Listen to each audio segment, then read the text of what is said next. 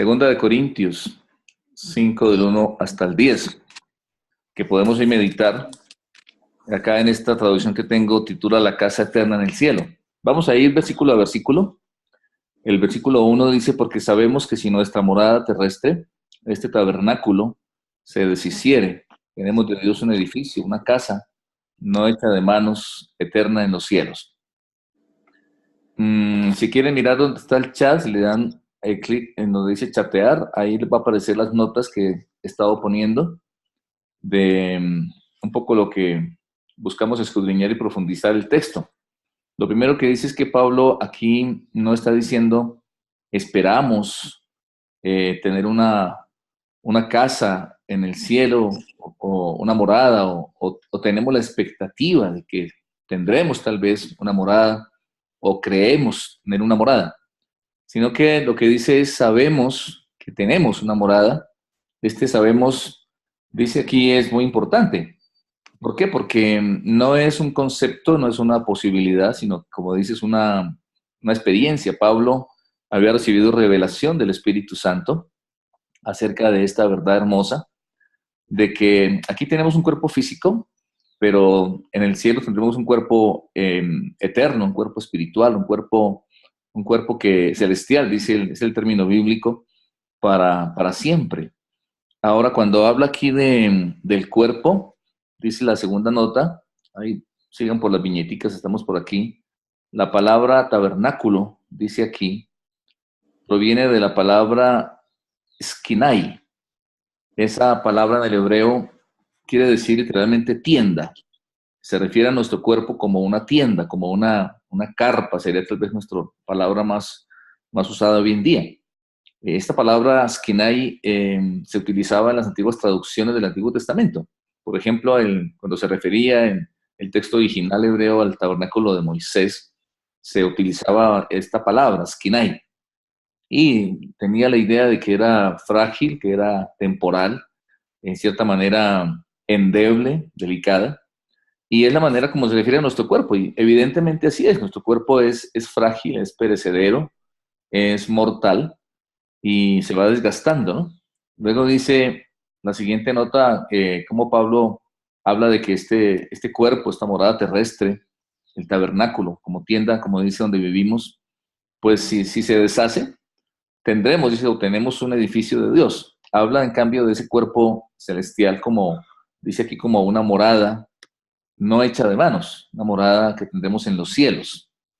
Lo que Pablo está diciendo entonces es que tenemos un tabernáculo eterno en los cielos. Ese no será temporal, ese no será frágil ni será perecedero. Entonces estamos hablando de un cuerpo que vamos a recibir. Esta es una de las buenas noticias, es una de las bendiciones maravillosas que podemos ahora conocer, saber, creer, entender. Uno de los motivos para alabar al Señor, porque, bueno, es una excelente noticia, ¿no? Esto implica que al morir físicamente no se va a terminar todo y que tendremos para el cielo también un cuerpo celestial.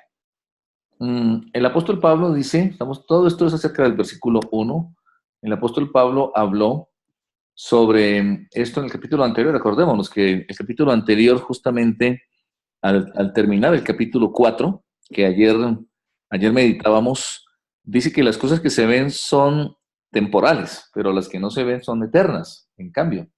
Y que aunque nuestro hombre exterior se va desgastando, o sea, esa palabra, el cuerpo físico, ese tabernáculo, se va desgastando con el tiempo por el envejecimiento, el hombre interior, en cambio, se renueva de día en día. Entonces, al morir, cuando llegue ese día, si es que no ha venido el Señor, ese cuerpo será puesto en la tumba, pero no, el individuo como tal, lo que realmente es la persona, que es más que el cuerpo es como un vestido, el cuerpo es como una funda, así lo llama la escritura, como un estuche. La persona como tal realmente pues va a estar con el Señor, va a la presencia de Dios. Entonces, insistimos, ¿no? Qué bueno entender que esta morada física terrenal, pues sí, efectivamente va a la tumba, pero iremos nosotros en cambio al cielo. Luego puse aquí un comentario un poquito estudiando en el libro de Eclesiastés, esta nota que sigue aquí a continuación, que estoy resaltándoles. Dice en el libro de Eclesiastés hay un cuadro que representa lo que pasaba a las personas cuando llegaban a la eternidad.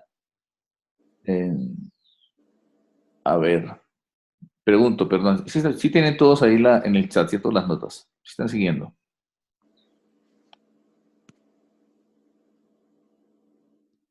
Hola, Sí, chévere. buenos Hola días. Ismael, ¿Cómo le bienvenido. va? Sí, ya Bien, logré solucionar los problemas técnicos. Sí, ya estoy chévere. en el Qué chat. bueno, bienvenido Ismael, nos alegra que estés con nosotros. Muchas gracias, igualmente. Ok, entonces les decía, en Eclesiastés encontramos un cuadro en el capítulo 12 de Eclesiastés, en un lenguaje simbólico, en un lenguaje poético, bien interesante. Y habla ese cuadro, esa metáfora de lo que pasa nos pasa a los seres humanos al llegar a la vejez, a la ancianidad. Se habla claramente de lo que ocurre en la medida que el cuerpo, como estamos acá leyendo en Corintios, se va envejeciendo. Capítulo 12, versículo 3 de Eclesiastés. Dice, por ejemplo, cuando temblarán los guardas de la casa. Ahí habla de una casa ya vieja. Esos guardas, como aquí les escribí, son las piernas, nuestras piernas, las rodillas comienzan a temblar. Luego dice, se encorvarán los hombres fuertes. Esos hombres fuertes representan los hombros. Luego dice a continuación, cesarán las muelas porque han disminuido. Se refiere obviamente a nuestra dentadura, los dientes que se van perdiendo ya con la vejez. Luego se oscurecerán los que miran por las ventanas y tiene que ver con nuestros ojos. Y finalmente las puertas de afuera se cerrarán por lo bajo del ruido de la muela, porque la voz se va volviendo débil. Así que esto es lo que dice Pablo aquí en Corintios, que el hombre exterior pues se va desgastando, pero en cambio el hombre interior pues se va renovando porque es espiritual. Entonces, ¿qué podemos acá pensar, hijos de Dios? Que envejecer a la luz de esto es realmente algo maravilloso, a pesar de las incomodidades o limitaciones y a veces dolencias que conlleva. Cuando entendemos que cada día que pasa nos acerca más al Señor, es un año o un día que pasa, estamos más cerca del Señor y de recibir ese tabernáculo celestial y que algún día cercano le podremos ver personalmente al Señor Jesús, ¿verdad? Cara a cara. Eso es algo maravilloso. Entonces, hasta aquí estamos hablando de que tenemos un edificio de Dios, una casa no hecha de manos, eterna en los cielos, que vamos a tener allá arriba. Entonces, todo esto. El versículo 2 y 3 dice, y por esto también gemimos, deseando ser revestidos de aquella nuestra habitación celestial, pues así seremos hallados vestidos y no desnudos. Es interesante, ¿no? Aquí está hablando del cuerpo, este cuerpo celestial, como decíamos, que estaremos vestidos, nuestra alma y espíritu estarán vestidos, pero también hay un aspecto importante aquí que estoy poniéndoles aquí también en el chat de este momento, y es que cuando llegamos a su presencia, o lleguemos a su presencia en el sentido ya de la muerte o del rapto, cuando ocurra el rapto, el arrebatamiento de la iglesia, lo haremos vestidos con su justicia. Porque según la palabra del Señor, pues el Señor Jesucristo fue entregado por nuestras transgresiones y fue resucitado para nuestra justificación. De manera que al llegar allá a su presencia, estaremos cubiertos, revestidos por la justicia. Dice que justificados pues por la fe, tenemos paz para con Dios y la sangre de Jesucristo, su Hijo, nos limpia de todo pecado. También en Juan 5:24 dice que el que oye mi palabra, dice el Señor Jesús, y cree al que me envió, tiene vida eterna y no vendrá a condenación, mas ha pasado de muerte a vida. Entonces, bueno, qué maravilloso, no llegaremos desnudos. Acordémonos en el huerto del Edén, cuando el hombre pecó, cuando cayeron Adán y Eva, ese momento fue el momento en que se sintieron desnudos y fue porque ese manto, esa cobertura que tenían, pues fue quitada por el pecado. El versículo 4 y 5 nos dice, porque asimismo los que estamos en este tabernáculo gemimos con angustia, porque no quisiéramos ser desnudados, sino revestidos, para que lo mortal sea absorbido por la vida, mas el que nos hizo para esto mismo es Dios, quien nos ha dado las arras del Espíritu. ¿De qué está hablando aquí la palabra de Dios? Bueno, el Señor nos ha dado el Espíritu Santo como arras, es como un depósito, es como un pago adelantado. Recordemos que la palabra nos dice que Él nos ha comprado con precio no corruptible como oro o plata, sino por la sangre preciosa del Cordero. Y Él ha puesto entonces un depósito. Así que esta es una tremenda realidad también y motivo de gozo y de alegría. Esta mañana lo podemos adorar entendiendo esto, que la presencia misma del Espíritu Santo en nosotros es un depósito, una garantía. Bueno, Dios es una persona, él no es físico, Él no es material, Él es espíritu. Y su palabra también dice que los que lo adoramos tenemos que adorarlo en espíritu y en verdad. Otro segmento más y seguimos un poco los versículos 6 hasta el 9. Nos dice, así que vivimos confiados siempre y sabiendo que entre tanto que estamos en el cuerpo, estamos ausentes del Señor. Por fe andamos, no por vista, pero confiamos y más quisiéramos estar ausentes del cuerpo y presentes al Señor. Por tanto, procuramos también, o ausentes o presentes, serle agradables. Vemos que es entonces excluyente. Mientras estamos en el cuerpo físico, no podremos estar obviamente allá en la presencia del Señor en el cielo. Y lo contrario, para poder estar allá en el cielo, tendremos que ya no estar presentes aquí en este cuerpo, que aquí le llama esta casa o este tabernáculo, como leíamos. ¿Qué dice entonces? Cuando un creyente muere, su alma no duerme, no muere como tal, ¿verdad? Es el cuerpo el que muere, es el cuerpo el que duerme. La persona se va a estar con el Señor Jesucristo. 1 Corintios 15:51 también dice, he aquí os digo un misterio, no todos dormiremos, pero todos seremos transformados. No es un dormir de quedarse sin sentido o inconsciente. El cuerpo duerme y el cuerpo es el que será resucitado. Recibiremos un nuevo cuerpo. La resurrección no se refiere al alma o al espíritu, sino se refiere al cuerpo como tal. La palabra, notemos aquí que se utiliza para la resurrección es anastasis, que quiere decir ponerse de pie. Así andamos entonces por fe. De esta manera podemos caminar. Y finalmente el versículo 10, les comparto, dice, porque es necesario que nosotros comparezcamos ante el tribunal de Cristo, para que cada uno reciba según lo que haya hecho mientras estaba en el cuerpo, sea bueno o sea malo. Aquí en este versículo dice, está hablando de un lugar llamado Bema, utiliza esa expresión. Bema era un lugar donde los jueces en cada una de las ciudades hacían comparecer ante ellos a ciertos ciudadanos para tratar de juzgar las cosas que ellos habían hecho. Este lugar no era un tribunal de estos en que tal vez se condenaba a la gente a muerte, digamos, sino que era un tribunal inclusive en que más frecuentemente se premiaba los buenos actos de los ciudadanos. Así que aquí entendemos, según el contexto en la Escritura, que no se trata del gran trono blanco, habrá un juicio que se conoce como el juicio del gran trono blanco, sino que aquí habla del tribunal de Cristo. Aquí está hablando a creyentes, el apóstol Pablo, y todos nosotros, los creyentes, según la Escritura, vamos a comparecer ante el tribunal de Cristo, pero será un tribunal para recompensa, o para recibir recompensa, o para la pérdida de la recompensa según lo que hayamos hecho en la tierra. Entonces, esto, familia, quería compartirles. Me gustaría que, si alguno de ustedes también tiene algo que quisiera anotar, por favor lo haga en este momento para que podamos enriquecer y luego podamos entonces orar con base en esto que nos está hablando el Señor. ¿Quién quisiera tal vez hacer algún aporte de lo que nos habla el Señor en su palabra? Pueden abrir los micrófonos si van a hablar y compartirnos, por favor.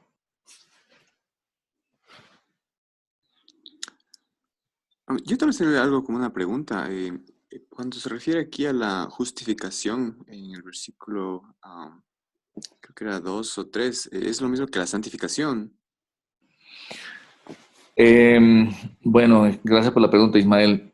Tiene mucha relación, pero no es lo mismo. La justificación es el resultado de la obra redentora de Cristo que cubre nuestras faltas y nos justifica, valga la redundancia. Pagó nuestra deuda, la condena fue pagada por Cristo y eso nos cubre a nosotros, permitiéndonos estar delante de Dios como justos, aunque no lo hemos sido, por el pago, por la obra redentora, el término se usa vicaria o sustitutiva. La santificación significa que hemos sido puestos aparte para Dios. Es también un resultado de la obra de Cristo, son como dos aspectos, digamos así, complementarios. También por la redención de Cristo, por su obra en la cruz, hemos sido apartados para Dios. Y la santificación tiene no solo este aspecto es el aspecto, digamos, de la posición. Cuando la persona, cuando nacemos de nuevo, somos puestos aparte para Dios, santificados para Él, como suyos, pero viene también el aspecto del proceso continuo. Mm, Somos llamados en la Escritura a que nos santifiquemos en cuanto a nuestra manera de vivir como un proceso permanente.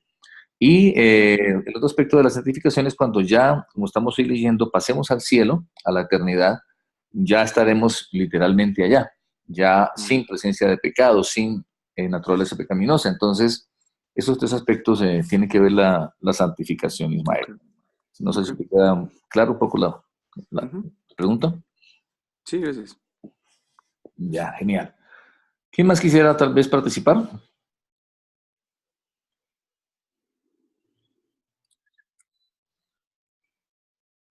Aportes, comentarios. ¿Qué más podemos observar en el pasaje? Esto es parte de la meditación que tenemos en nuestro devocional, escudriñar la escritura y escuchar al Señor.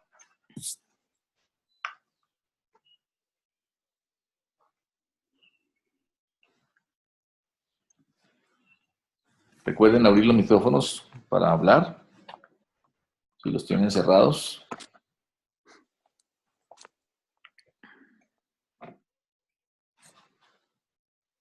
Bueno, me escuchan? Buenos días. Sí, Marquito, te escuchamos.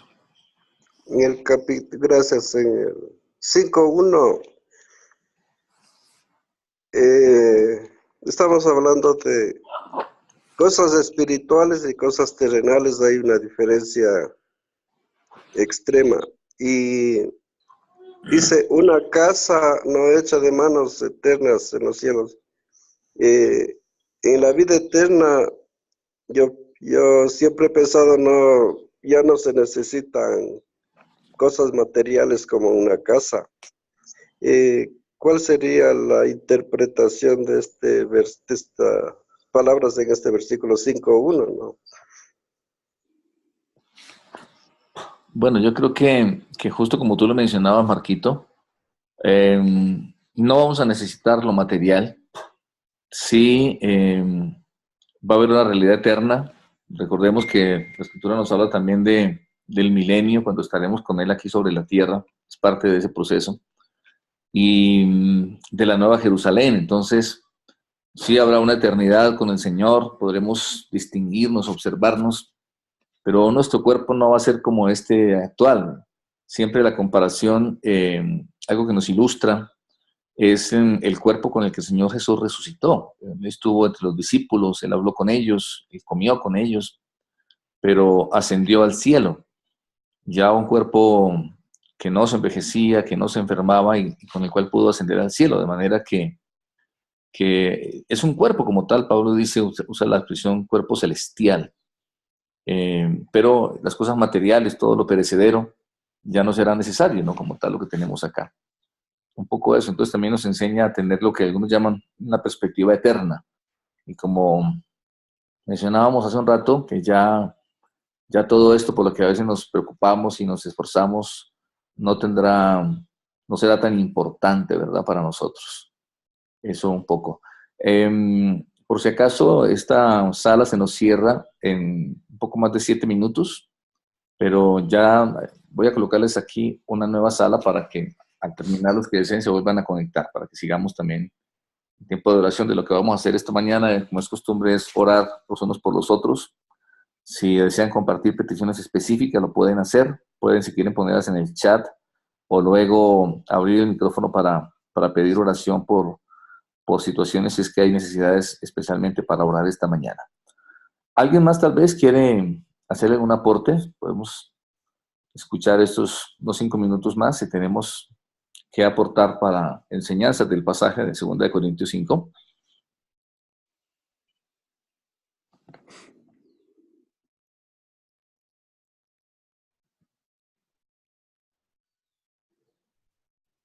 ¿Cómo nos habla el Señor aquí? ¿Qué promesa? ¿Qué enseñanza?